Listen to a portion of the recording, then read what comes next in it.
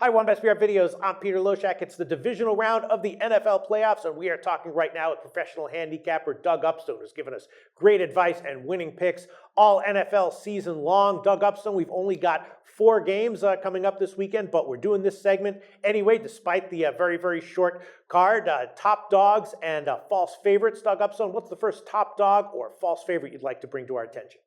The first one is going to be a false favorite on the New England Patriots. Now, Peter, I will be 100% honest with all the viewers on this one. This is more of an opinion than it is a strong play at this time for me. I think the line is pretty good on this. But overall, I'm going to say that some things against New England here and for Kansas City. Now, Andy Reid has leaned on his unbelievable defense, which has only given up 11.8 points per game during this 11-game winning streak, and they forced 2.5 turnovers per contest. Now, some will say that New England almost never fumbles, and the fact that Tom Brady does not throw many interceptions, that will take away part of what Kansas City likes to do.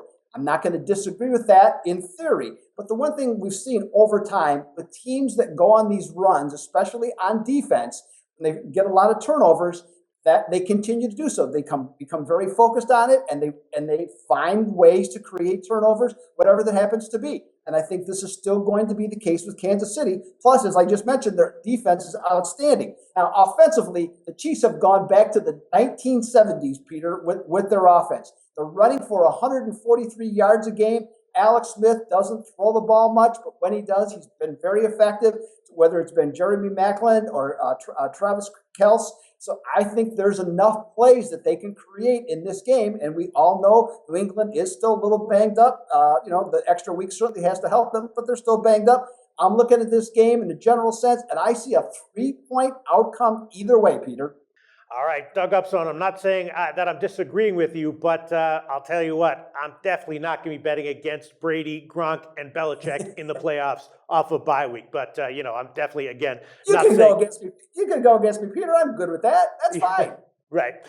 It's a tough game, and a very tough line to suss out. What's your second false favorite or top underdog for us, Doug?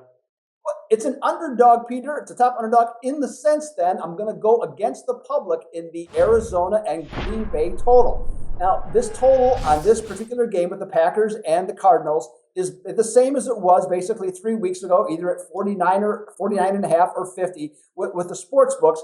But what I saw on this is that roughly 90% early in the week, bettors were on the over in this game. Mm-hmm. Now, I think that's something that sharp bettors would love to see is the sports books follow it, what the public's doing, and raise the total, because I think the sharp money is going to be on the under. And the reason that I believe that is that I think the sharps realize that the Packers, offense will be better. They're not going to score 8 points again, or certainly you wouldn't think they would. So I think there's going to be some value there. But of Arizona's 38 points in the last game, 14 were directly from defensive touchdowns. And if memory serves me correct, they had another turnover that set up a short field for a touchdown. So that's a lot of extra points. Then I look at where the teams are offensively and defensively. If you take the Arizona, they average 30 points a game. The Packers allow 20.